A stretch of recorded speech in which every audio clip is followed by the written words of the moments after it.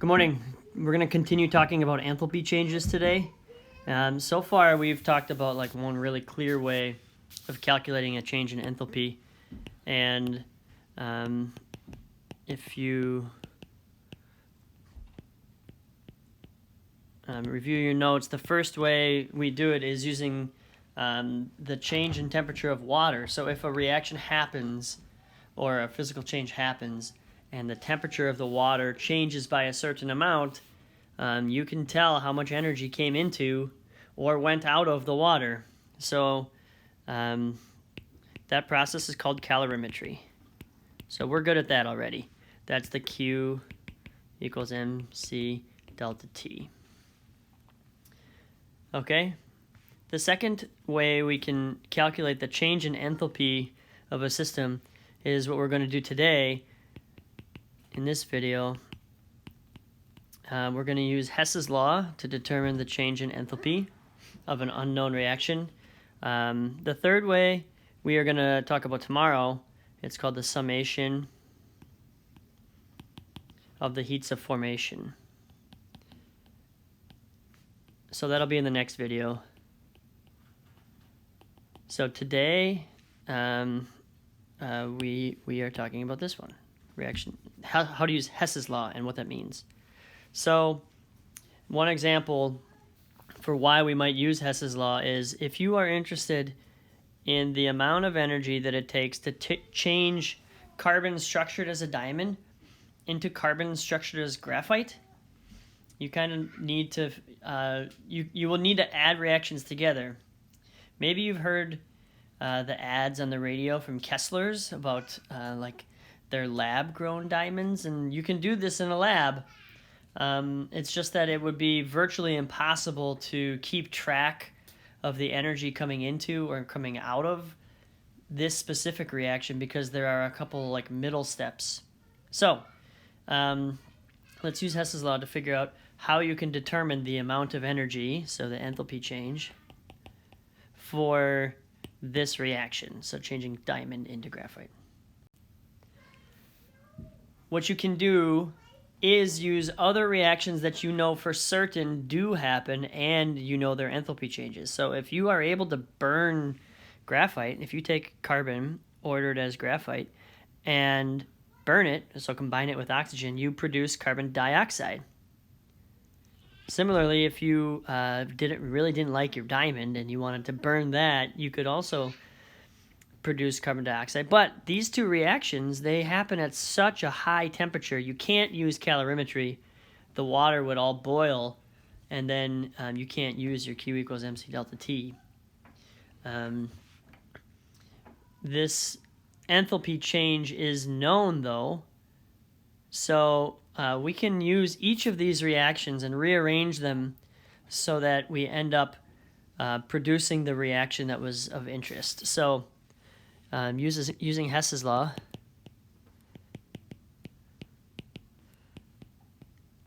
it has basically only two rules. Rearrange the given reactions to match the target. And by rearrange, there's a couple things you can do. You can either change the direction of the reaction,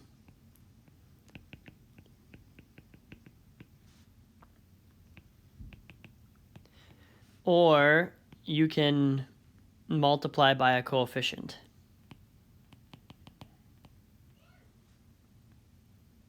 That's an L.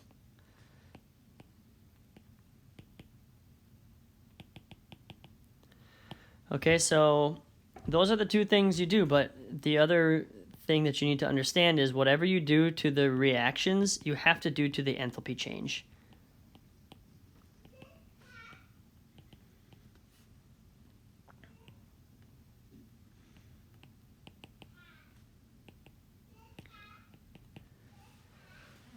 Okay, so for example, remember that our target reaction is we want to take carbon as graphite, as a diamond.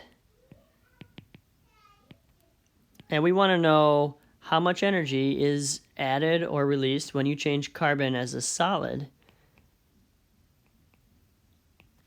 as a solid diamond into carbon as solid graphite. So, this is the example given in the book. It takes diamond, the reaction to take diamond, and you burn it to produce carbon dioxide. Because we want, in our target reaction, we want diamond on the reactant side, we're going to keep this on the reactant side. However, in our target reaction, we want graphite in the product side. Even though this reaction was given flipped around, when you flip the reaction to match the target reaction, you have to change the sign of the delta H. So this delta H from graphite plus oxygen to produce carbon dioxide, that was negative 393.5. But when you switch this reaction around, it becomes a positive 393.5. And now that you've switched the reaction around, you have elements or molecules that are present on both sides. So this carbon dioxide was present on the reactant side of the second equation, but the product side of the first equation. So those can actually cancel out. The same thing is true for the oxygen. In the first reaction, you have oxygen on the reactant side, and on the second reaction, you have oxygen in the product side. Because those are on opposite sides of the yield arrow, here's the arrow, and here's the arrow for this one. Because they're on opposite sides, you're able to cancel them out. Once you get your reactions arranged in a way that produces only the thing that you want in the target reaction, then you just take the two enthalpies and you add them together. So in this case, negative 395.4 plus 393.5 gives you an enthalpy change of minus 1.9 kilojoules. So to recap, all we did, we rearranged direction of given reactions. When you do that, it changes its plus or minus sign. So in the first reaction, we didn't change it at all. So when it was given as a negative 395.4, it stayed negative 395.4. But for the second reaction, we switched it around. So that went from a negative to a positive. That's why this is a positive number. Okay, there are other examples too of things that you need to do. It's sometimes just changing the direction is not enough. So in this example, we're going to try to determine the enthalpy for the formation of acetylene. So we don't actually know this enthalpy change. It's not given in the problem. The question is, if you took carbon and added hydrogen to it to produce acetylene, what would the enthalpy change be? So the very first thing that I usually do for these reactions is I look to see which parts of the target reaction are present in which parts of the equations above. So in this case, the carbon as a solid is present in the reactant side here and here. There's no other carbon available, so that has to be the right spot for this one. In the second chemical we're looking for is hydrogen as a gas. And so the states of matter are important. You can't cancel out liquid water with gas water, so we have to match the same state of matter. So in this case, hydrogen, it's only present in the reactant side. So that one's good too. So we've got hydrogen here and hydrogen here. In the last example, so the third chemical that we're looking for is this C2H2. That's named acetylene. So if you look at all three of the reactions above, the only place that acetylene is present is in the third reaction. In the third reaction, acetylene is present in the reactant side, but we really need it to be present in the product side. So, of the choices, the things that need to happen are that this needs to get flipped. So we definitely are going to multiply it by a negative number, just like that's what happens. That's why the enthalpy becomes, the sign switches.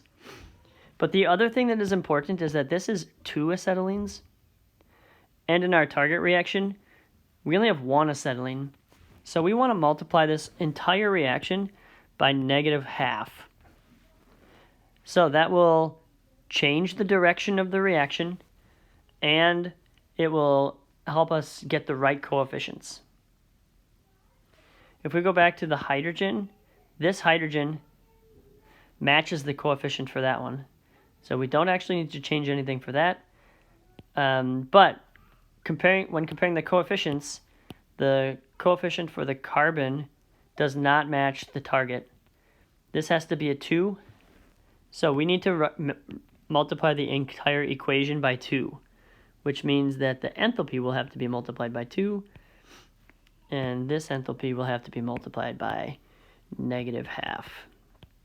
So once you get your initial ideas about what you think will happen, I think that it is really helpful if you rewrite the equation in the space below. So 2 carbons as a solid plus 2 oxygens will produce 2 carbon dioxides as a gas. This is a gas too.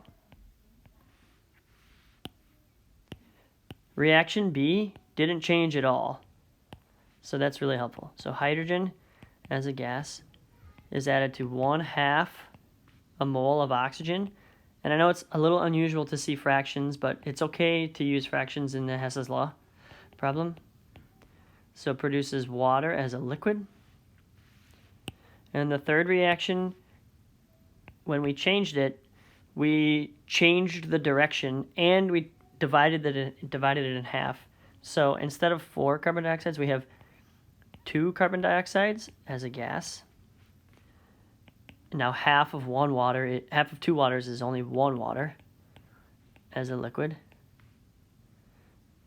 And that reacts to produce only 1 acetylene.